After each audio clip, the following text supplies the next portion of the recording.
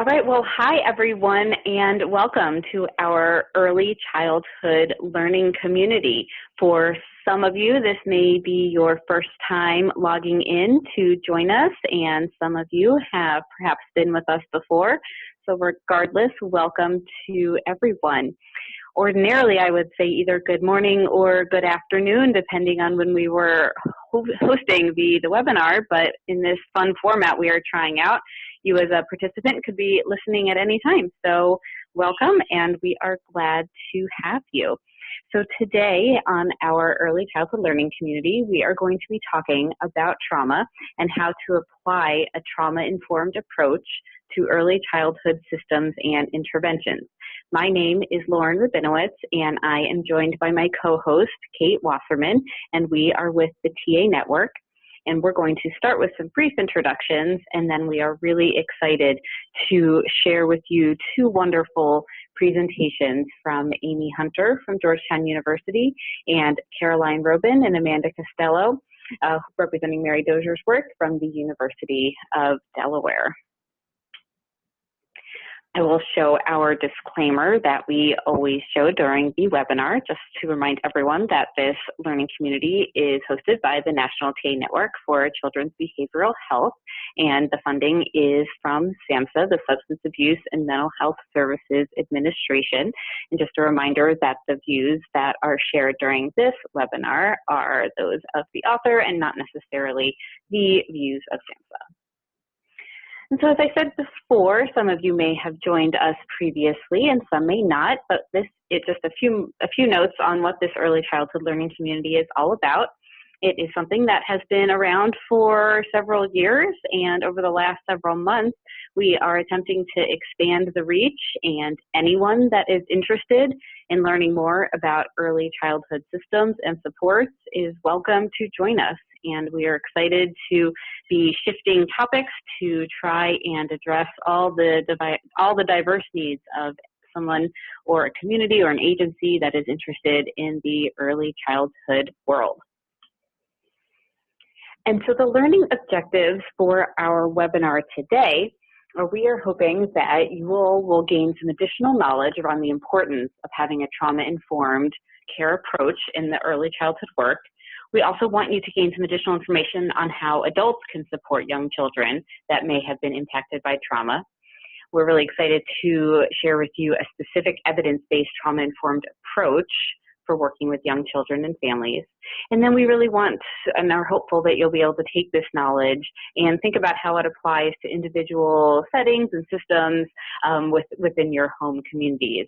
And then we will be inviting everyone back in just a couple of weeks, or could even be the next hour, depending on when you choose to listen to this recording. Okay, so just a few additional comments on this flipped webinar classroom. This is a new format for us and probably for many of you. You may be familiar with the idea of a flipped classroom, and we are now trying a flipped webinar. So in this new interactive opportunity, we are hoping that you will sign on and you will listen to this recording at a time that is convenient for you. And then we have some thought work at the end, and we'd like you to come back and join our presenters that you'll hear from during this recording on July 22nd at 1:00 p.m. Eastern Time. They will be available to chat with you for an hour. So we are hoping that we're trying to be responsive, knowing that everyone has very busy schedules. So you listen to this recording anytime that's convenient for you and give a little bit of time and thought to it, and then come back and chat with us on the 22nd. If you have any questions in the meantime, you can always get in touch with us. Our information is posted at the end of this webinar. And now I am going to turn the webinar over to Kate Wasserman. She's going to spend a little bit of time framing the issue that we're talking about today, about having a trauma-informed lens. Kate? Thank you so much, Lauren. And as Lauren just said, we wanted to take just a couple minutes before we pass the time on to our two really brilliant groups of presenters on the topic to just sort of pull people together with respect to how we're thinking about this issue as it relates to early childhood and trauma. And this is an issue that people have dedicated dissertations to and dedicated careers to. It can be incredibly broad and deep. So we wanted to spend just a couple of minutes framing it specific to the context of systems and interventions focused on early childhood. And the first is what you see on the slide here, this idea that a lot of times, while those in the field are really dedicated to applying trauma-informed approaches and new interventions to assess and intervene when trauma is at play for young children and families, quite often the general public and some of the generalized settings where these interventions might take place, folks really are still at a place of not wanting to acknowledge the impact that very young children have, that they're even aware of family traumas, neighborhood traumas, personal traumas that have gone on. So they're really wanting to pull us together with this important framing that very young kids, despite their ability to articulate it, can be most impacted by these traumas. The next is a little bit about terminology, and we won't take the time to actually read these different definitions out to you, but wanted to sort of unpack them a little bit for the context. There's been a lot of talk throughout the field around these concepts of toxic stress and ACEs, child adversity, and that really, what the language on this slide shows you is that they're all overlapping but separate concepts. And it's important to not just assess or think about one or the other, because in doing so, you can definitely miss children or families that are at risk for one of these things. This next concept and illustration is one that Lauren and I found and liked to kind of really just illustrate and visualize for folks the many different ways that children can be impacted by trauma or stress, or the stress of their caregivers within their systems, and the many different ways that stress can manifest itself. So that you can see here the domains of cognition, brain development, behavior, mental health, relationships, emotions, and physical health all come into play. And one of the things that you'll hear throughout the second half of this hour when we hear from Amy and Amanda and Caroline about the interventions are really different ways to assess and support these different domains. But really thinking about each of these as both at risk for trauma when that's at play, but also as ways to anchor interventions or support when needed. This next visual should be familiar to many, as it's one of SAMHSA's illustrations that's used in many different settings, but really about a behavioral health continuum of care, walking through, promotion and prevention, which is a space where many early childhood interventions and supports live, dancing then over to treatment, and then really, fairly recently wrapping in this concept of recovery, borrowing it from our sisters and brothers in the substance use arena, to really think about what does recovery support look like for mental health and social emotional needs of kids and families. And one of the things that we want to sort of highlight here as you're hearing the presentations throughout the rest of this webinar is this idea that a lot of times people think about trauma in that treatment space, in that sort of that sort of more targeted intervention or crisis space, and that really there's application of an opportunity to intervene when trauma is at play at throughout this whole continuum. So throughout the lenses of promotion, the spaces where home visiting and parent interventions are happening in the prevention space as well as in the recovery space. So to think about trauma across this whole continuum. And then this additional concept is something that I think the early childhood world is getting better and better at really intentionally integrating, but certainly, so many of the trauma-specific interventions and discussions are really, dependent on this two-generational approach. This idea that you can't assess or understand the trauma symptoms or trauma history of a child by themselves, and you can't intervene on or with the child themselves. That it's really about supporting that dyadic and whole family work. So those are just a couple of different values and principles that we wanted to introduce. Okay, thank you so much, Kate. And I am just going to briefly wrap up this introduction before we get into, before you have the chance to hear from our wonderful presenters, with a brief note on the workforce. As we have been talking about, as you will continue to hear, this is very complex work.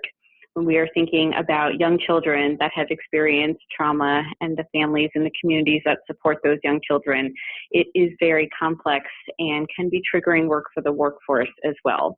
So this is a lovely graphic that comes to us from the home visiting world and does a nice job of showing the importance of not only thinking about the importance of those directly impacted by the trauma, but also about the workforce.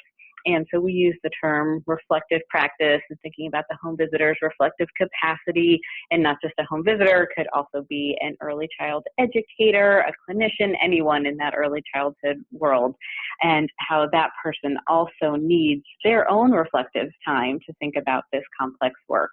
As Kate said when she first got started, we will not have the opportunity today to go into every detail of all of this important work, but we wanted to give you a brief snapshot of all the different pieces to keep in mind. And if you have additional comments and questions and thoughts on this, we really look forward to engaging in that discussion on July 22nd. And so in just a moment, I am going to read the bio for Amy Hunter from Georgetown University. She is going to talk with us about the importance of having a trauma-informed lens. She's going to broadly speak about some of her work and her training in the Head Start community. And this is, all the information she will share is applicable to a broader range. And so with that, I'm going to introduce Amy, and thank you all once again for being with us in this flipped webinar format. Amy Hunter is an assistant professor at Georgetown University's Center for Child and Human Development. Currently, Amy oversees the mental health section of the Head Start National Center on Early Childhood Health and Wellness. Amy is also faculty on the SAMHSA-funded National Center of Excellence on Infant and Early Childhood Mental Health Consultation. Previously, Amy served in many positions at 0 to 3, including as the Director of Program Operations for the Early Head Start National Resource Center and the Project Director for the Infant Toddler Center on the Social Emotional Foundations of Early Learning Project. For 20 years, Amy has been involved in early childhood mental health, including providing training and technical assistance on early childhood mental health consultation to individuals and groups around the country. Thank you, Lauren. It's such a pleasure to be able to be on this webinar today and presenting, and thank you for that lovely introduction. Today, I'm going to talk about what does trauma-informed care look like in practice. And here I am, Amy Hunter from Georgetown University. My email is provided in case you have any questions on this presentation. Don't hesitate to email. We're always happy to answer questions about this topic at any time. So our learning objectives today are, we hope that you will walk away from this webinar understanding the definition of trauma, understanding the signs and symptoms of trauma in infants, toddlers, and preschoolers, learning a little bit about what trauma-informed care looks like in early childhood, and identifying some steps to support children and families who have experienced trauma. Now, I need to give a little bit of a caveat that this is a huge topic, and so to talk about trauma, and we're going to talk a little bit about resilience as well, in a half an hour is a really daunting task. So this is just scratching the surface, and I hope that if you're interested in this topic, certainly there's a wealth of information to follow up and learn more. So what is trauma? What comes to mind when you first hear the words trauma? That we do a lot of live training and we ask audiences this question. And often what comes up when we ask this question are a whole list of different kinds of experiences. You know, all kinds of things like natural disasters, witnessing violence, you know, the death or separation from a parent or loved one. Certainly abuse and neglect come up, things like even extreme poverty or adversity. I'm sure I'm only listing a very few of the type of experiences that come up. So reflect on your own and think about what comes up when you hear the word trauma. Now, one of the important things when we actually look at the definition that we're going to use today is really separating out what may often many of us think of in terms of different events or experiences from the definition of trauma. So trauma, and the definition that we're going to use today, is when frightening events or situations overwhelm a child's ability to cope or deal with what has happened. So it's not necessarily about the event itself, although certainly many of the events that I mentioned and ones that you may have thought of in your mind could be traumatizing. It's really about the child's capacity to cope with or deal with those either single experience or series of experiences or events.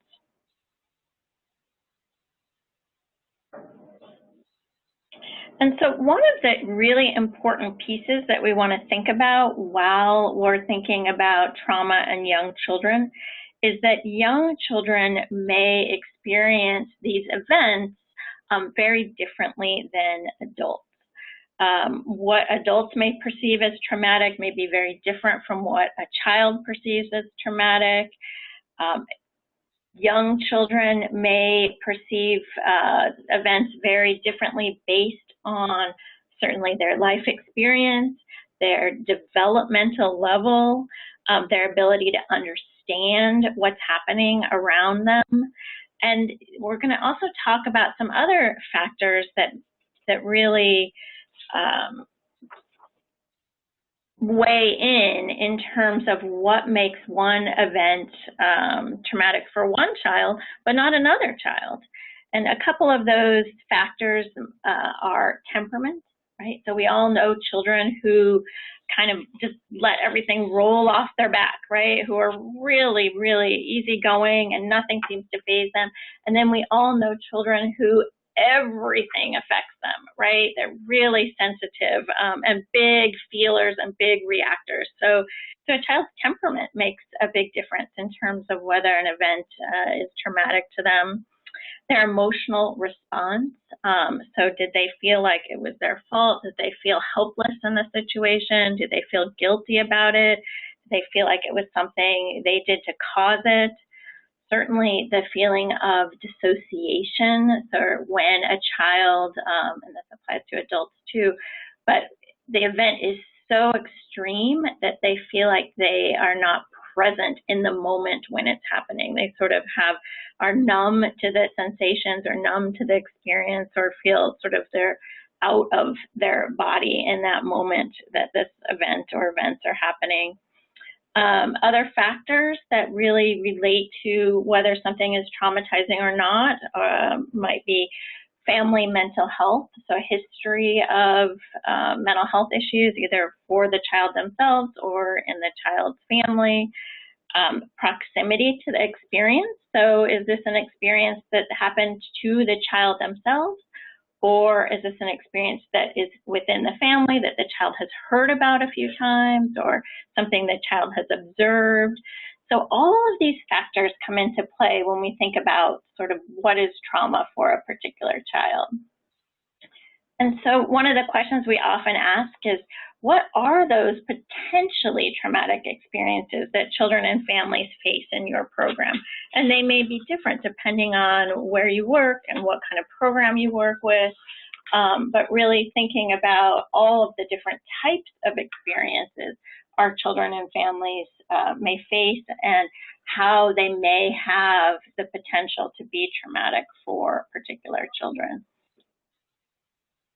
Now on this webinar, you're going to have a brain quiz. Just kidding, we are not going to be quizzing you on the brain, but we show this brain diagram because trauma really impacts children's brain. And when really can affect actually the architecture of the brain. And when a child experiences trauma or experiences what we're going to talk about in just a minute, the stress response system, the lower parts of the brain, the part here that's labeled the brain stem, really go into that stress response system. And I have a slide that comes up in a minute that shows sort of that fight, flight, or freeze response. And so that part of the brain, the lower brain, the brain stem, sometimes referred to as the reptilian brain, is the part of the brain that takes over, right? Should I fight? Should I flee? Or should I freeze to maintain my survival? And so that's the part of the brain that takes over. And then the front part of the brain, the part of the brain that's responsible for thinking and problem solving and making good decisions and really thinking through something, that part of the brain, it goes offline when children are experiencing this stress response, this fight, flight, or freeze. Then there are other parts of the stress response system that occur in the body, right? Not just in the brain, but as the body prepares for an extreme sort of life-threatening experience, their breath begins to quicken as they take in more oxygen. They may begin to sweat, their heart beats faster. I'll tell you a really brief story. A colleague of mine was working with a child who had experienced lots of trauma, unfortunately, in their life. And during a fire drill, my colleague, went up to the child and was talking with the child and happened to have their hand near the child's heart. And the child's heart was beating so rapidly from experiencing the fire drill. And others in the environment would not necessarily have known that was going on, but the poor child's heart, my friend said, was just about ready to beat right out of his chest. He was experiencing so much anxiety from that fire drill. And so that's just one example of the body's reaction to this type of stress, or when the stress response gets activated. And you can see some the blood pressure rises, the stomach constricts, so you're not focused on eating and digesting. In fact, your energy is running to your legs and your extremities in case you have to fight or flee. And then how many, I wonder, as you listen to this webinar, how many of you have heard of the ACEs study, the Adverse Experience Outcomes study? This study was conducted actually in San Diego in Kaiser Permanente Health Facility. And they asked many of their clients of the healthcare, the Managed Care Association, about their early life experiences. They asked all kinds of questions related to children's young experiences, their separations, their abuse and neglect, parents in the household using substances, those kinds of questions. And they found some really interesting information. They found that almost 2/3 of the study participants had reported at least one adverse early childhood experience, and more than 1 of 5 reported 3 or more ACEs. And the important thing about this study is that the short and long-term outcomes of these childhood exposures are really significant related to health and social problems. And we have an excellent video that describes this really well. And I hope as part of this webinar experience, you will choose to watch the video, because you are in for a treat hearing Nadine Harris, who is now actually the Surgeon General of California, who is an amazing advocate of young children and being able to describe the impact of trauma on young children. So having someone like Nadine Harris as the Surgeon General of California is really exciting. And she will go into further detail about the ACE study on the video. And so I hope you take a little time to watch that.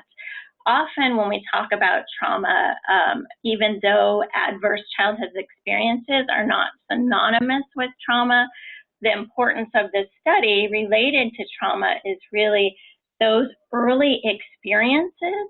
If adults in young children's lives aren't able to help buffer those experiences and help young children make sense of those experiences, there can be significant sort of consequences down the road, whether it's consequences, as this slide shows, in social, emotional, and cognitive impairment. So for instance, trouble in school, that's where we might see in early childhood some challenging behavior related to children's experiences.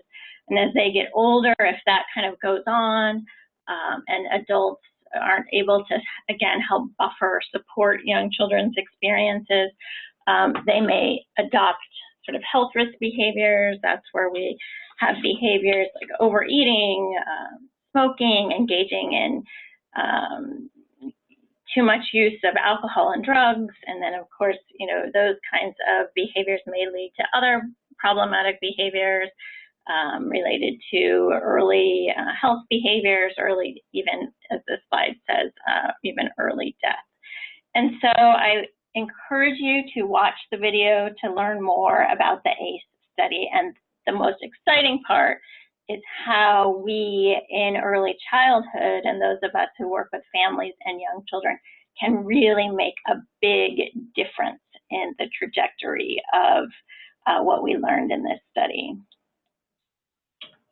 So we have the video.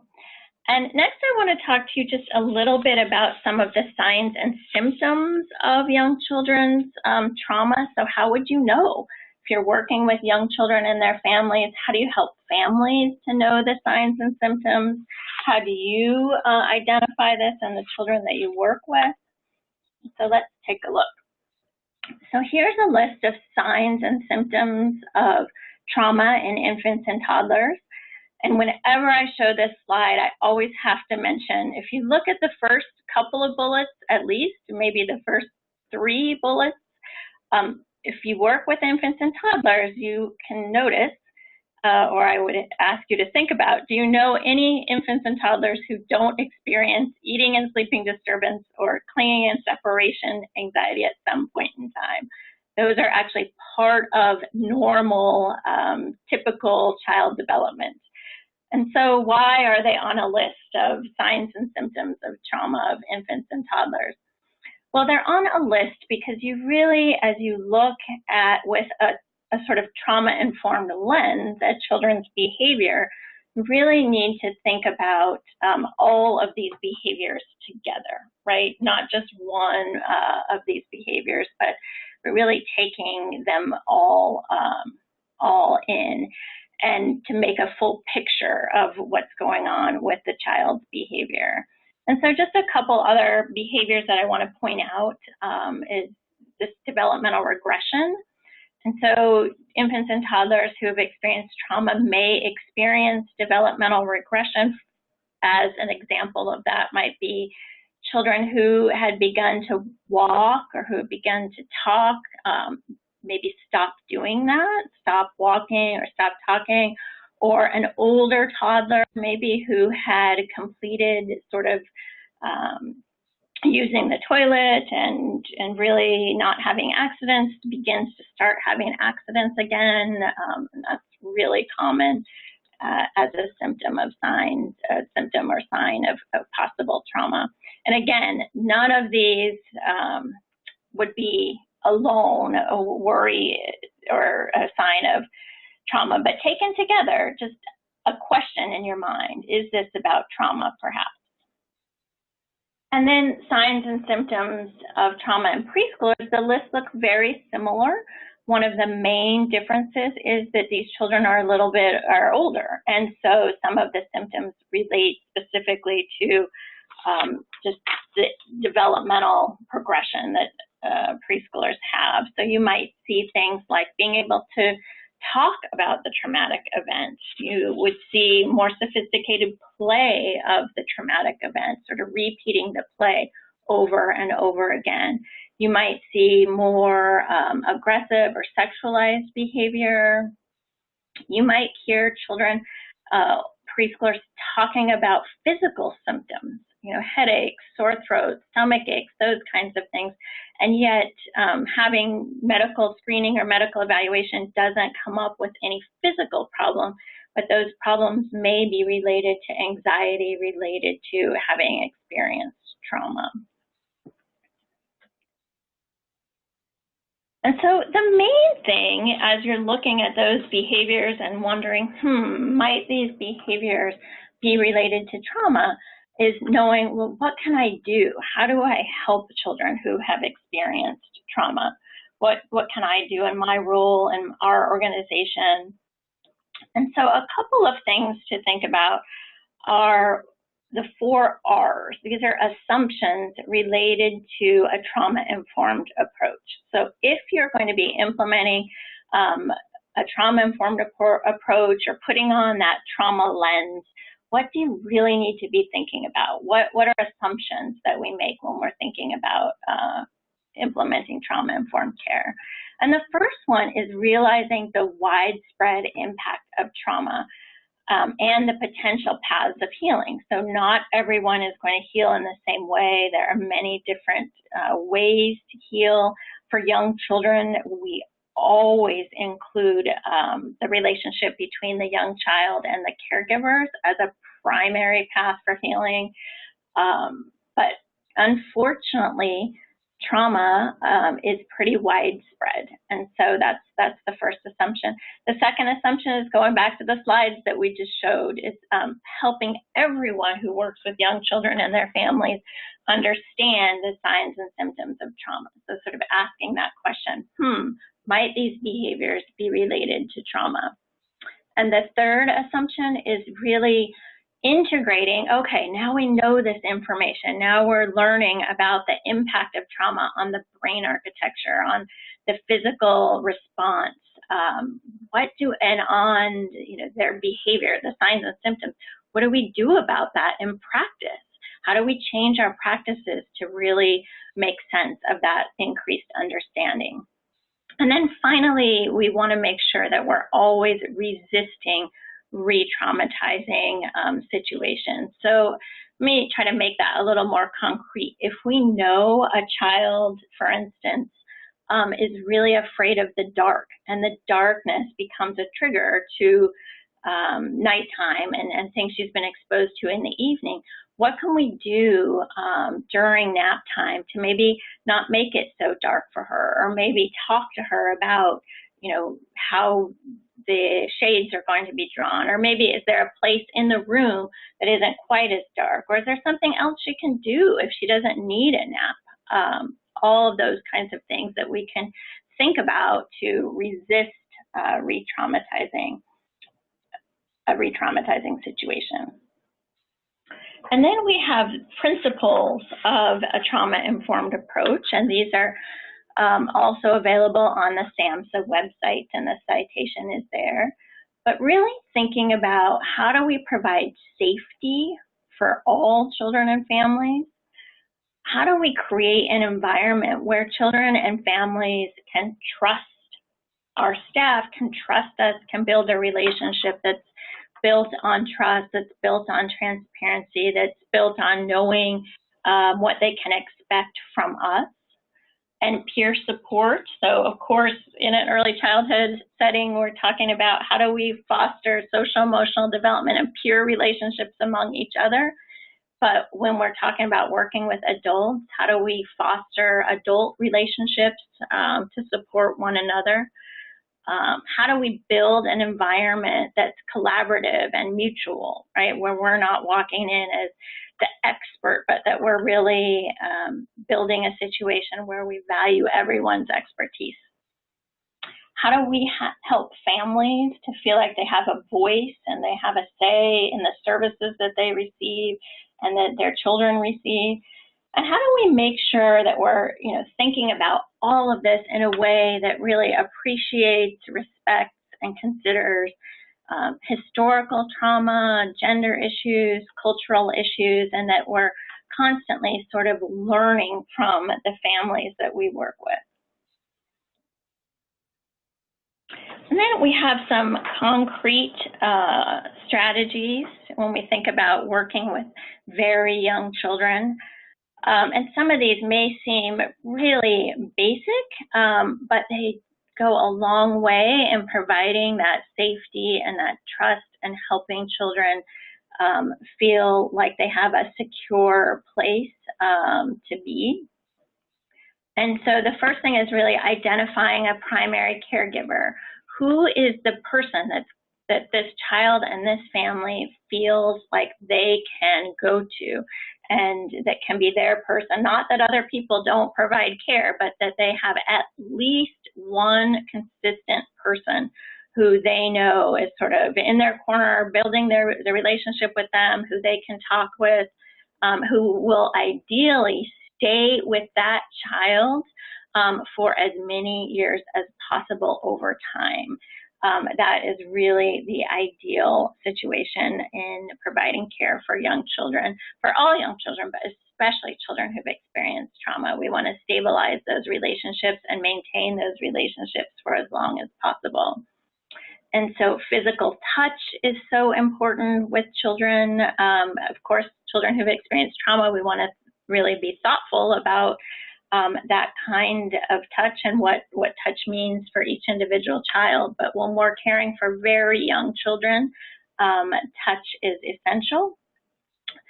And we want to respond quickly to children's communication attempts, to their smiles, to their cries.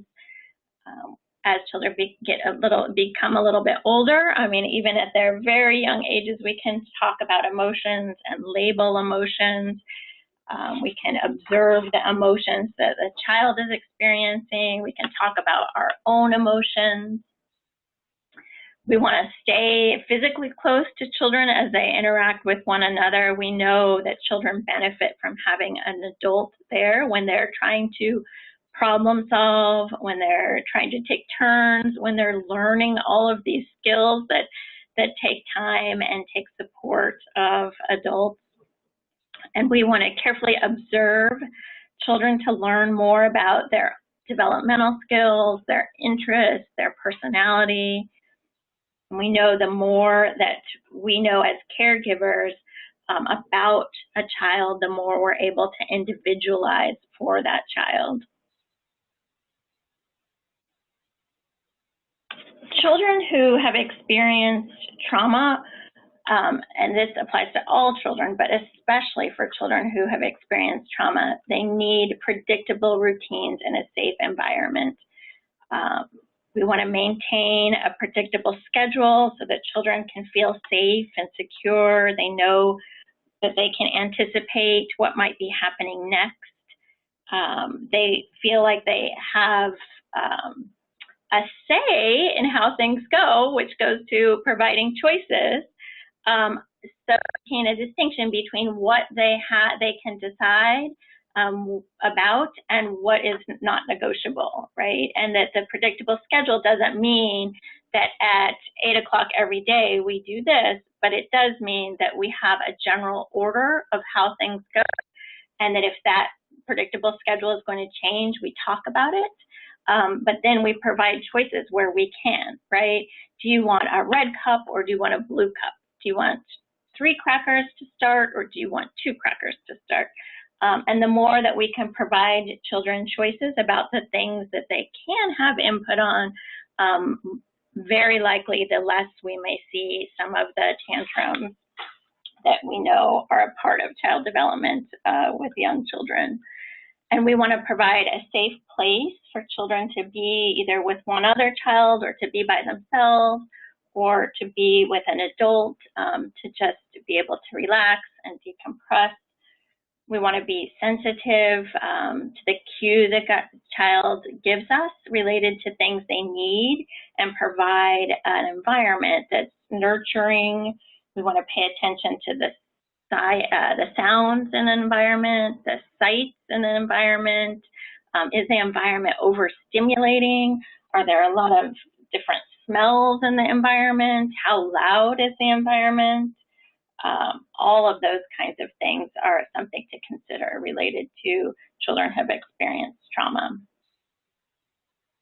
And I never want, no matter how short, and this is a very short presentation on trauma, but no matter how short it is, I never want to talk about trauma without talking about resilience.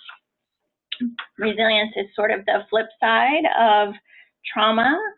And let's just talk a second here about the definition of resilience. So recovering from or adjusting to misfortune or change. The ability to bounce back, and I love an addition here of the ability to bounce forward. I was doing this training at another time, and someone added that, and I really loved that adjustment. So the ability to bounce forward and to overcome the odds. And what we know is that children with support of nurturing and responsive care can be incredibly resilient. And so this is like the most important message that I hope as providers or people who work with young children and their families take home is the importance of promoting resilience. So when we provide trauma-informed care and when we have that trauma lens where we're looking at behavior and we're thinking about our environments and the relationship, we really are supporting children to be resilient.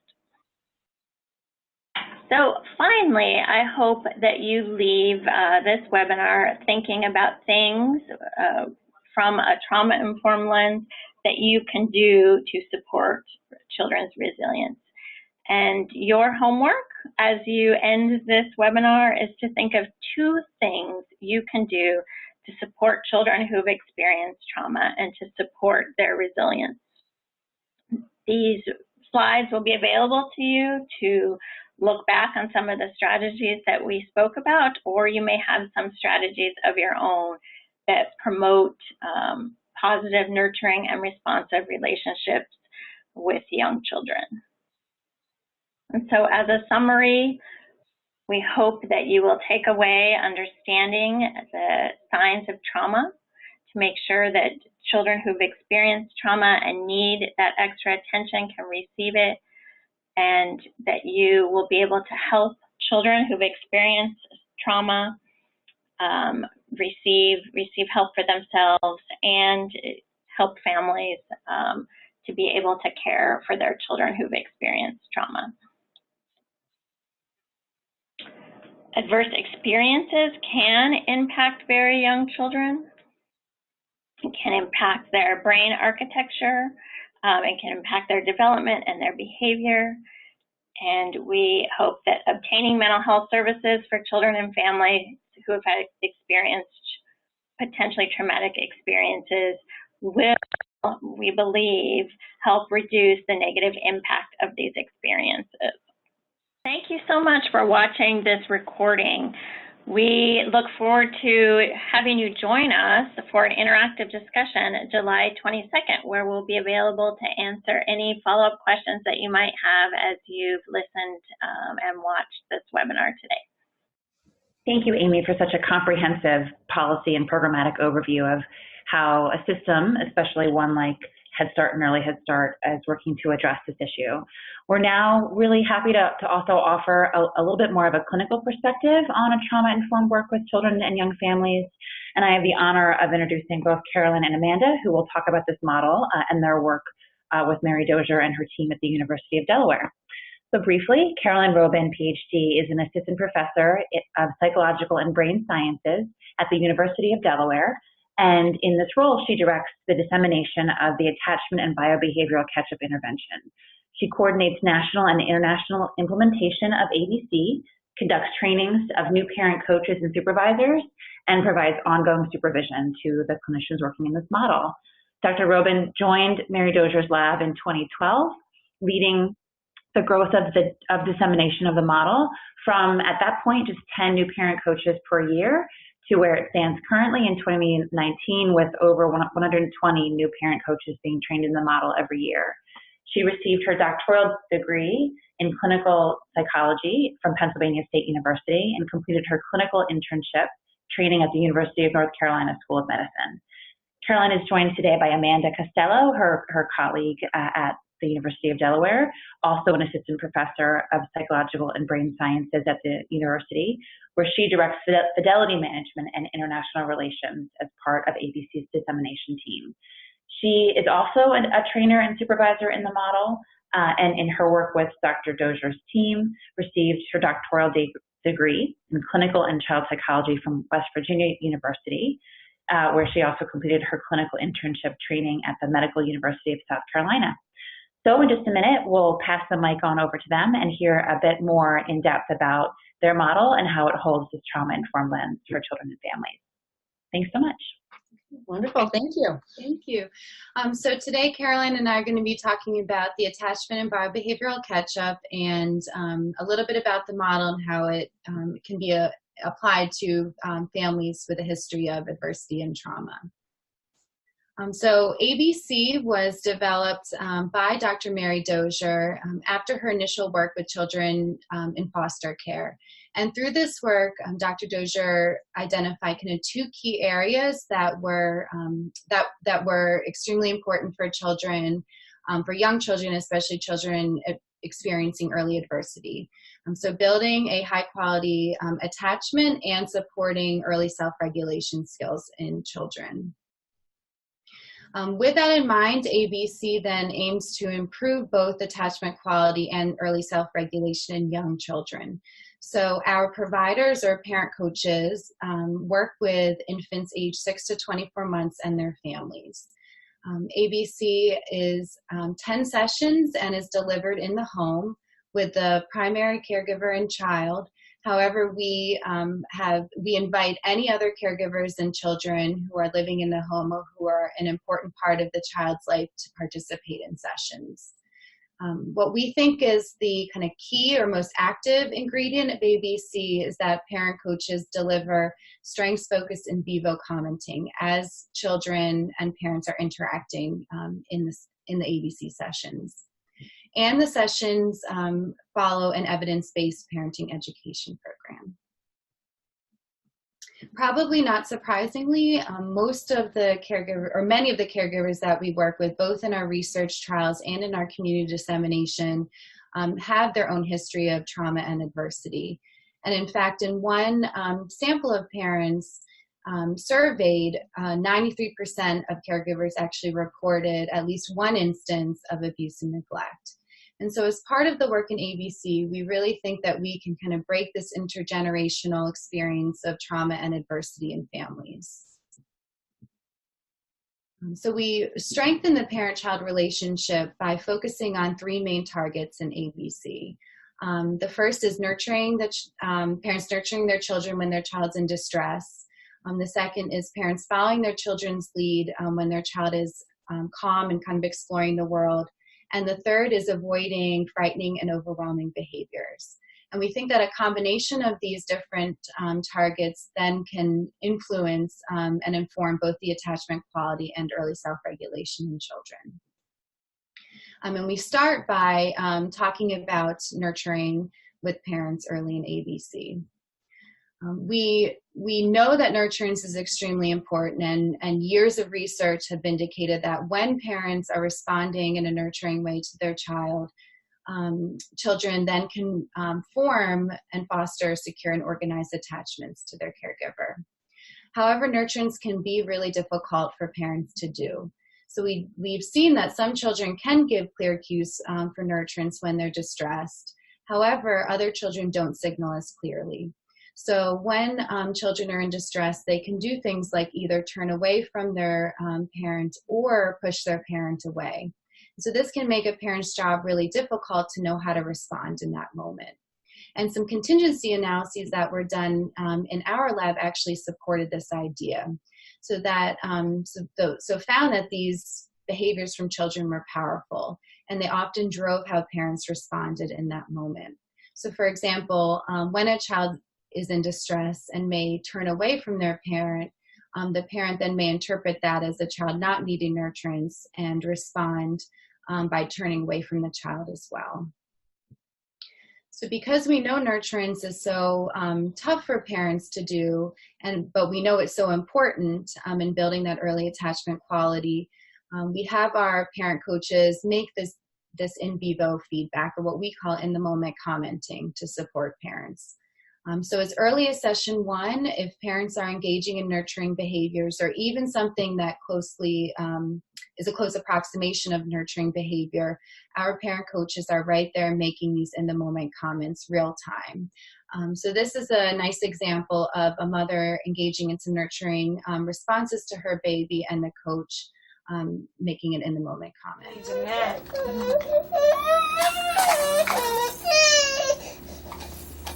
Yeah, she might just need to be held. That's great, pulling her close and she's making those noises. And look how that settled her. So these in-the-moment comments are very clear and genuine reflections of what the parent is doing and why that's important.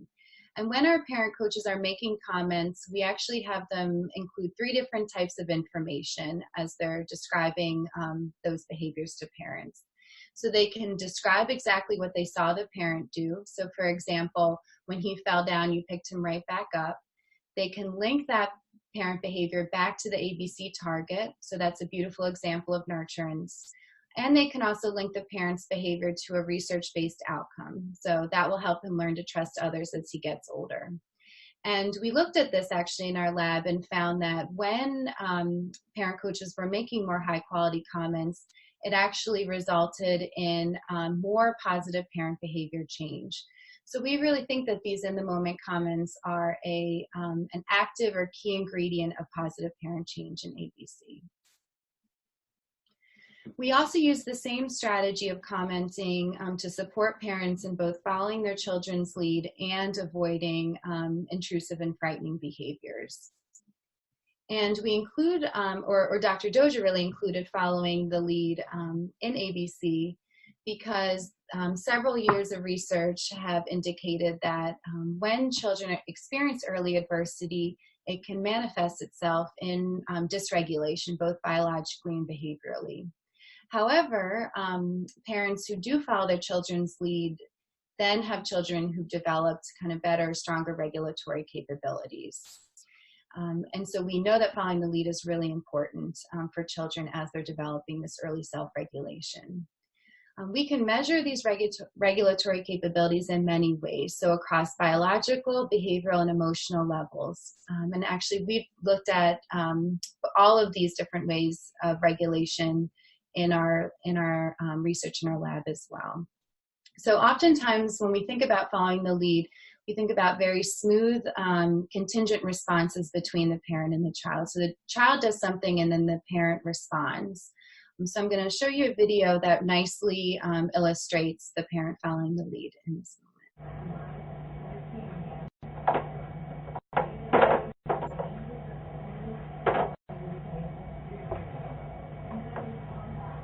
I see you. I see you. I see you. So we can even see in this short clip how smooth and contingent those responses are and how regulating that can be for a child with many of those interactions multiplied over time. And so we also work with parents on avoiding frightening and intrusive and overwhelming behaviors. A main reason why is because what, again, many strong research has indicated that frightening behavior is associated with disorganized attachments in children. So that children really have a breakdown in strategy in how they approach their parents or seek out comfort from their parents when they're distressed. And often children are left then what has been called an unsolvable dilemma, so that the person who they need to go to be sensitive and comforting in that moment is also the person who's frightening and overwhelming to them as well. And so this can lead to lots of feelings of confusion and that breakdown in strategy of how to approach their parents and what to expect from their parent when they are needing that comfort and support. So we work with parents in ABC to avoid those kinds of frightening and overwhelming behaviors with their children.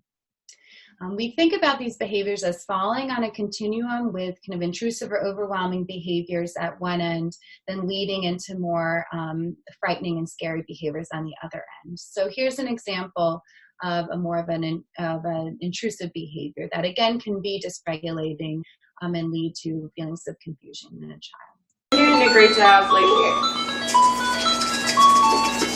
No, you really don't like it. So taken together, we support parents then in nurturing their child, following their child's lead, and avoiding those frightening and intrusive behaviors. And we think that these actually can map on nicely to both preventing and mitigating the experience of early adversity and trauma in children's lives. So in the first way, we think that actually by strengthening that relationship and supporting parents in responding in sensitive and nurturing ways, we can kind of reduce that early adversity within the parent-child dyad or within the family. And so work to kind of break that intergenerational experience or cycle of trauma and adversity. However, in ABC, we also think about how these responses and interactions can be applied to the long-term relationship. And so we support parents then in responding consistently as a nurturing and sensitive caregiver, even as their child grows. And so as children might be experiencing other types of adversity and potential trauma, then having the parent be that person that they know and they can expect to come to go to get comfort and support. We also think about the parent's own experience of adversity and trauma as well. And this is best highlighted in our Voices from the Past session in ABC. So we think that parents' early experiences matter. And like I said, many of the caregivers with whom we work have an early history or have a history of adversity or trauma, including abuse and neglect. And so we consider those early experiences in ABC and work with parents to identify things that might be getting in the way of their responding. So what might be that automatic response that might prohibit them from responding, let's say, with nurturance when their child needs it. We then work with parents to override that response. So think about ways that they can push back against some of those experiences and respond with a different kind of reaction. So nurturing their child instead of maybe jumping into non-nurturing. ABC in this conversation really avoids blaming and shaming parents and instead kind of normalizes this experience as something that is difficult for all parents. But respecting that the parent has these early experiences.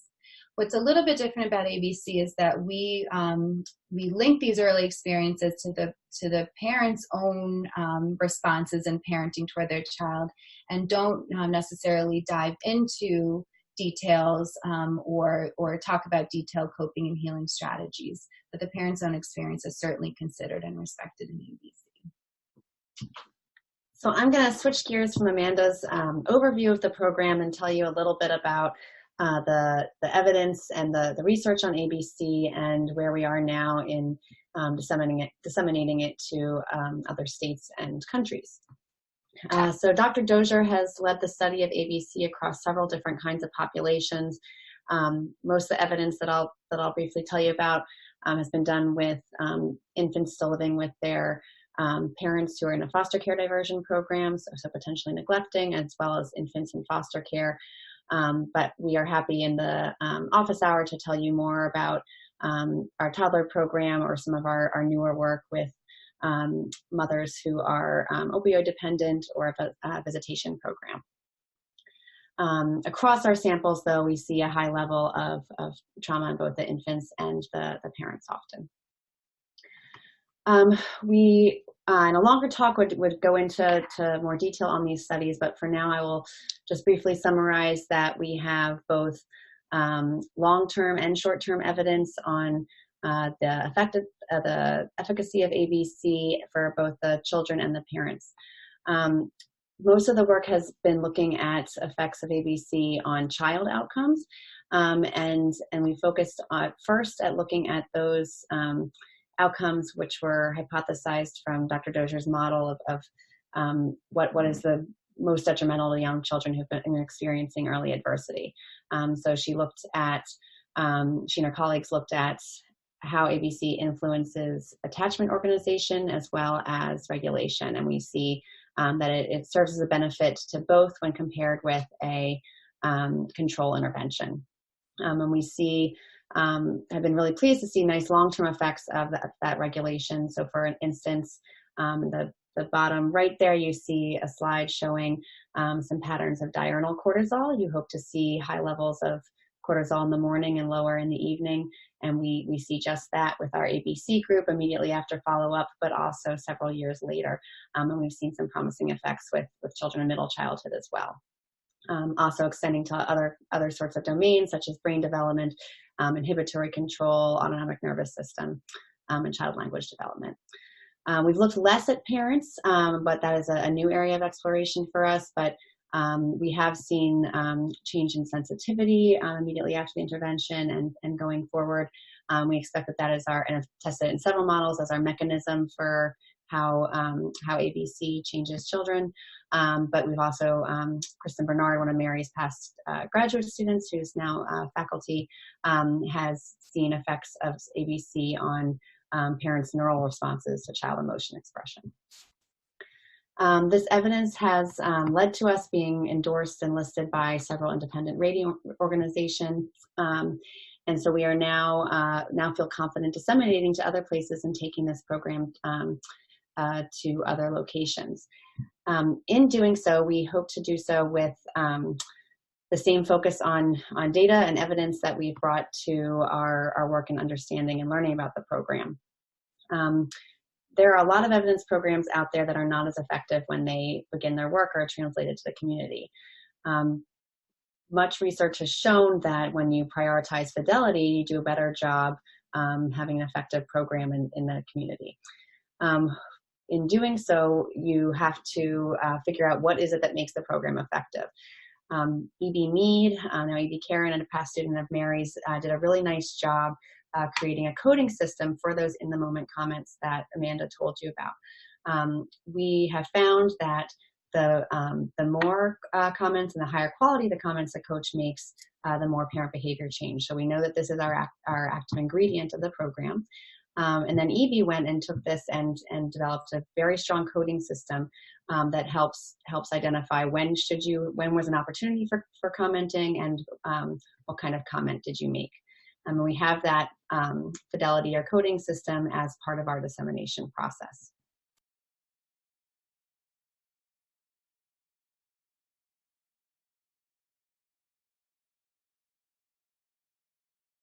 So in that little clip there, you saw the baby kind of walk towards mom, and then mom hugged her. And this is just example from our coding sheet of how we would document that.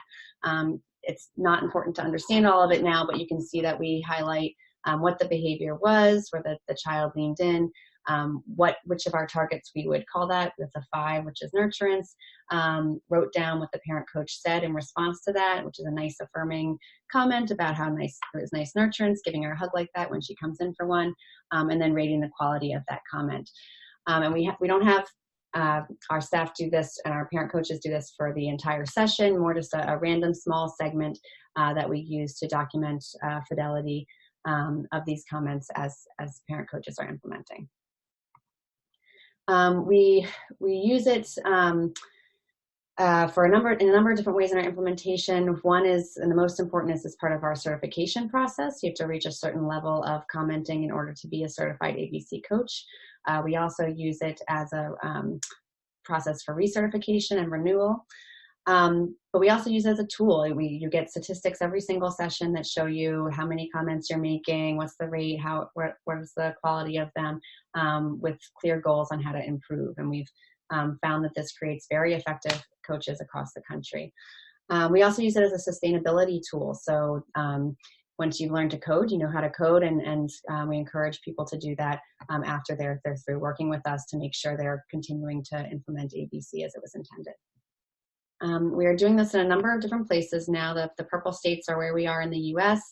Amanda is our leader in helping us do this across the globe as well, which with that coding system in different languages and cultures can sometimes be a little bit complex.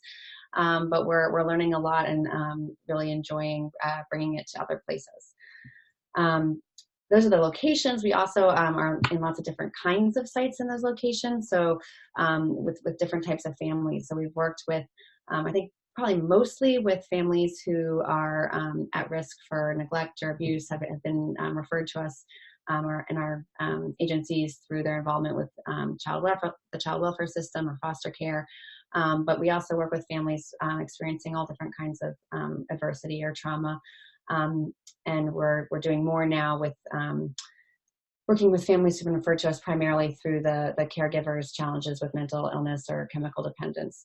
In Minnesota, we're doing some nice work with the leaders there have worked well with the state to involve families in ABC when a caregiver has been referred for mental illness.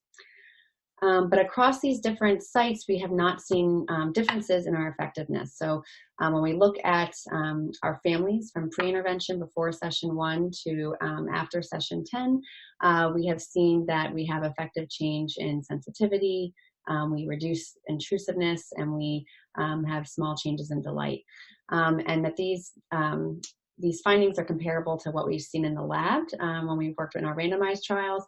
We're seeing the same effect sizes when we're implementing across the country, which we attribute to our all that fidelity work that we just told you about.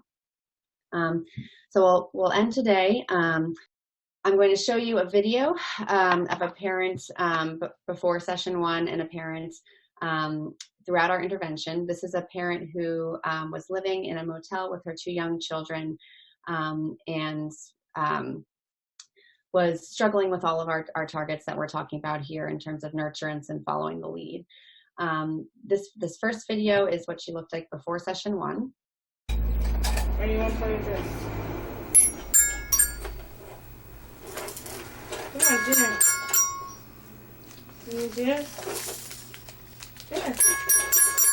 And what you can see here is that the child is not initiating any of the play. The mom is not following her child's lead. She is making the child play on the piano that way. And it can be hard to watch. This parent was incredible throughout the intervention and really used the commenting and made amazing change. And while her circumstances didn't change, she was still living in the motel and was still struggling with finances, with her mental health, and with her partner. The children's experiences were completely different because her parenting was completely different. So this last video is a set of clips of her throughout the intervention. We give this as a gift to parents at the end of session 10, a montage of them nurturing and following their children's lead.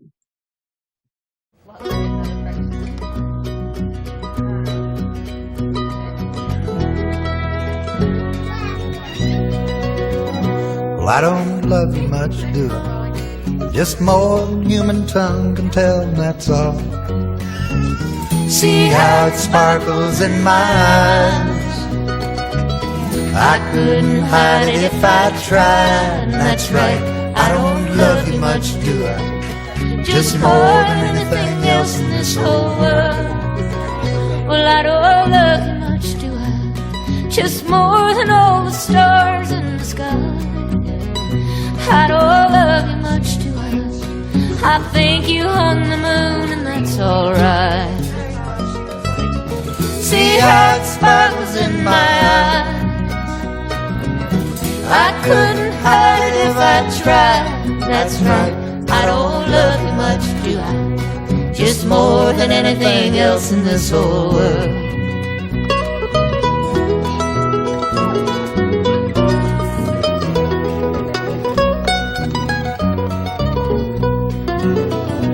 I don't love you much, do I?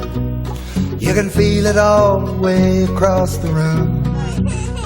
Well, I don't love you much, do I? Like spring doesn't make the flowers bloom. Well, I don't love you much, do I? Oh, I'd follow you to hell and back again. I don't love you much, do I? Just watch me light up you walking. See how it sparkles in my eyes. I couldn't hide it if I tried. That's right, I don't love you much, do I? Just more than anything else in this whole world. See how it sparkles in my eyes. I couldn't hide it if I tried. That's right, I don't love you much, do I? Just more than anything else in this whole world.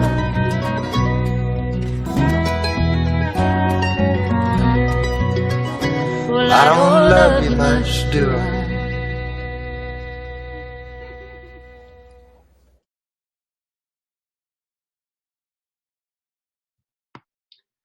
Thank you very much, and thanks to our funders and all our collaborators.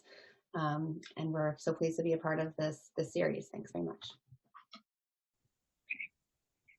Caroline and Amanda, thank you so much for that rich and beautiful presentation. It was such a treat to get to actually see live recordings of the growth and nurturance of those families. It's clear why you guys have both decided to dedicate your careers to this model. So thank you for your time.